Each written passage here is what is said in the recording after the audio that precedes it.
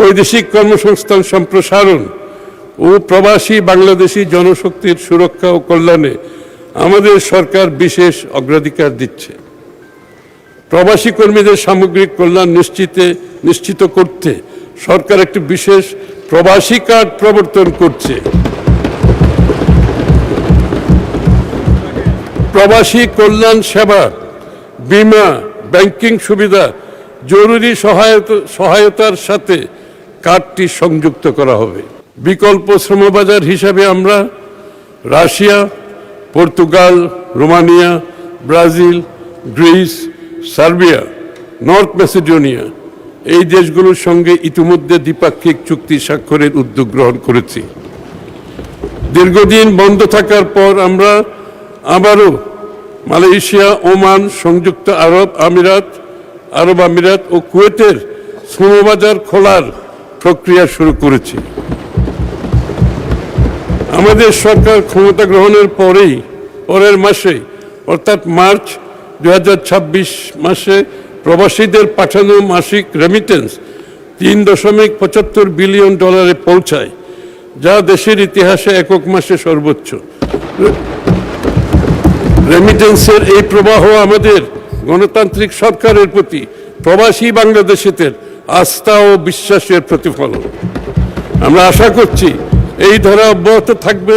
সরকার প্রবাস আয় বৃদ্ধির ধারা অব্যাহত রাখতে বৈধ চ্যানেলে রেমিটেন্স প্রেরণের ক্ষেত্রে 2.5% নগদ প্রণোদনা অব্যাহত রাখছে। অভ্যন্তরীণ বৈদেশিক শ্রম বাজারের চাহিদার ভিত্তিতে অকুপেশন ভিত্তিক দক্ষতা বৃদ্ধির লক্ষ্যে সরকার ব্যাপক পরিকল্পনা বাস্তবায়নের উদ্যোগ গ্রহণ করেছে। বিদেশে ব্যাপক চাহিদা রয়েছে এমন খাতগুলোর জন্য খাতভিত্তিক কোর্স এবং পাঠ্যক্রম চালুর কাজ শুরু করেছে। বাজার ভিত্তিক প্রশিক্ষণ, কারিকুলাম উন্নয়ন, সার্টিফিকেশন, অ্যাক্রিডিটেশন ও মান নিয়ন্ত্রণ জোরদার করা হয়েছে। অর্থ বিভাগের অধীনে skills for industry, competitiveness and innovation programme SICIP এর আওতায় প্রায় 2,20,000 জনকে বাজার চাহিদা ভিত্তিক মাঝারি হতে উচ্চতর দক্ষতার প্রশিক্ষণ প্রদান করা হচ্ছে এবং এই প্রশিক্ষণপ্রাপ্তদের কমপক্ষে 65% কর্মসংস্থান নিশ্চিত করা হচ্ছে।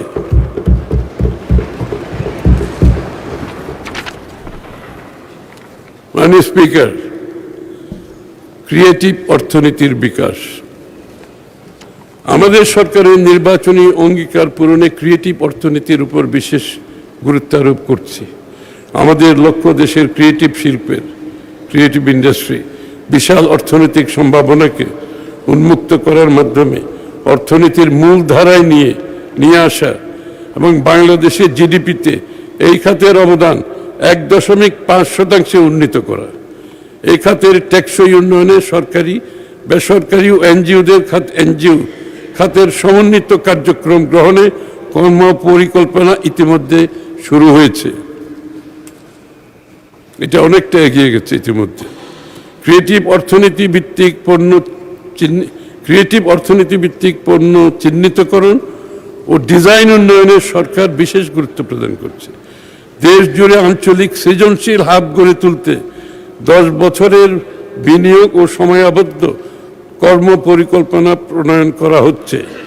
যেমন ঢাকার পূর্বাঞ্চলে 160 একর জায়গার উপর পিপিপি মডেলে বিশ্বমানের একটি সেন্ট্রাল ক্রিয়েটিভ হাব স্থাপনের বিষয়ে সম্ভাব্যতা যাচাই দ্রুত বাস্তবায়নের উদ্যোগ নেওয়া হয়েছে। বিভাগীয়, জেলা, উপজেলা পর্যায়ে এবং শিশু একাডেমি, শিল্পকলা একাডেমি চত্বরে ক্রিয়েটিভ হাব স্থাপন করার উদ্যোগ নেওয়া হচ্ছে। আমাদের আসলে এই শিশু একাডেমি, শিল্পকলা একাডেমিগুলোর যে বিল্ডিংগুলো আছে এগুলোর যথাযথ ব্যবহার হচ্ছে না বিধায় আমরা এগুলোকে ক্রিয়েটিভ ইকোনমির আওতায় নিয়ে আসছি। বিভিন্ন বিশ্ববিদ্যালয় ও স্নাতক পর্যায়ের কলেজ সমূহে ইনোভেটিভ হাব চালুর বিষয়ে কর্মপরিকল্পনা প্রণয়নের কার্যক্রম হাতে নেওয়া হয়েছে। বিশ্ববিদ্যালয় এবং কলেজগুলোতে সরকারের একটি গ্রাম একটি পণ্য, ওয়ান ভিলেজ ওয়ান প্রোডাক্ট উদ্যোগ বাস্তবায়নের অংশ হিসাবে ক্রিয়েটিভ অর্থনীতি ভিত্তিক পণ্য যেমন তাঁত শিল্প, মৃৎশিল্প, বুনন শিল্প,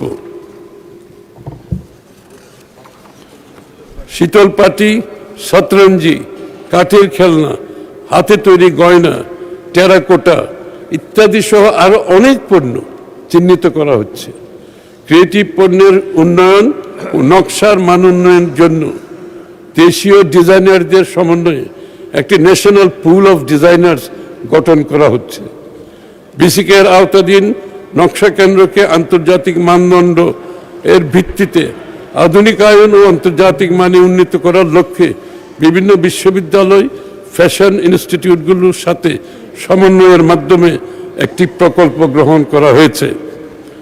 অঞ্চলভিত্তিক সাংস্কৃতিক ঐতিহ্য, কালচারাল হেরিটেজ, ঐতিহ্যবাহী স্থাপনা, হেরিটেজ বিল্ডিং পুনরুদ্ধারের উদ্যোগ গ্রহণ করা হয়েছে। যেমন ঐতিহ্যবাহী হেরিটেজ স্থাপনা রেস্টোর করে আন্তর্জাতিক উৎসব আয়োজনের লক্ষ্যে প্রাথমিক পর্যায়ে 2-3টি থিমের উপর ভিত্তি করে 2টি পাইলট প্রকল্প বাস্তবায়ন করা হবে। হেরিটেজ রেস্টোরেশন ও আন্তর্জাতিক উৎসব আয়োজনের জন্য প্রয়োজনীয় কারিগরি দক্ষতা চিহ্নিত করা হচ্ছে।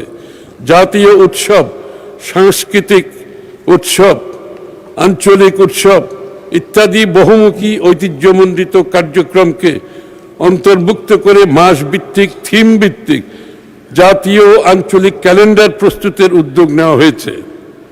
এইসব উৎসবগুলোতে ইকোনমি জেনারেট করে এবং ব্যবসা জেনারেট করে, ইকোনমিও জেনারেট করে। আমরা পর্যটন খাতের উন্নয়নের মাধ্যমে ইকো ট্যুরিজম উন্নয়নে বিশেষ নজর দিচ্ছি। এ লক্ষ্যে সরকার নিম্নোক্ত কার্যক্রম গ্রহণ করছে। পর্যটন খাতের পেশাজীবীদের বিশ্বমানের দক্ষতা বৃদ্ধির লক্ষ্যে একটি আন্তর্জাতিক মানের বিশেষায়িত ট্রেনিং ইনস্টিটিউট স্থাপন করা হবে। রন্ধন শিল্প, কুলিনারি আর্ট সহ পর্যটন সংশ্লিষ্ট বিভিন্ন ট্রেডের প্রশিক্ষণকে আন্তর্জাতিক মানদণ্ডে উন্নীত করার লক্ষ্যে ইন্টারন্যাশনাল হসপিটালিটি বেঞ্চমার্ক নির্ধারণ করা হচ্ছে।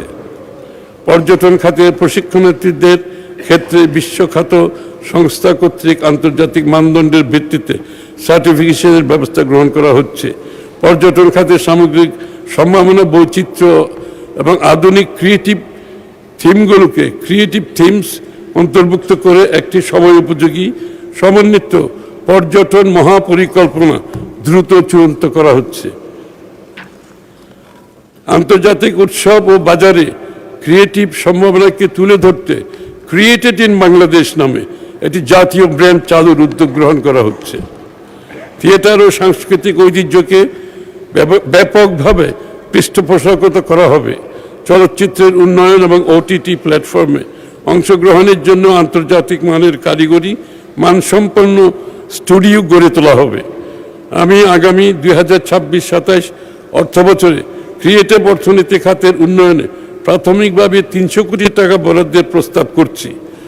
এছাড়া বাংলাদেশ ব্যাংকের CSR খাত থেকে আরও 500 কোটি টাকার তহবিল সংগ্রহ করা হবে।